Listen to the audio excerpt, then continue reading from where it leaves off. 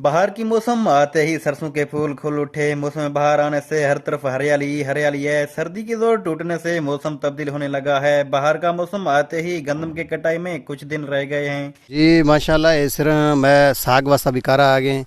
ऐं दूमी सिरह सरसों तेला भी मारा बाद बाद कारा देगे ऐं अशी लवा अचार लवा भी मिक्स भी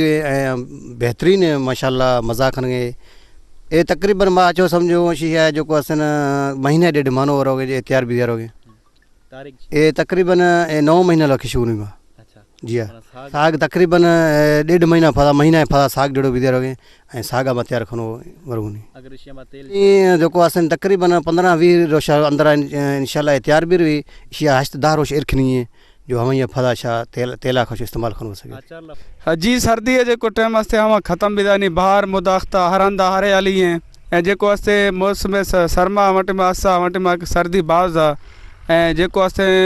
नी असे सिरे वञनि गुल फिशा से तेल इस्तेमाल करें सर्दी टाइम नी असे मौसम बाहर रखता वञे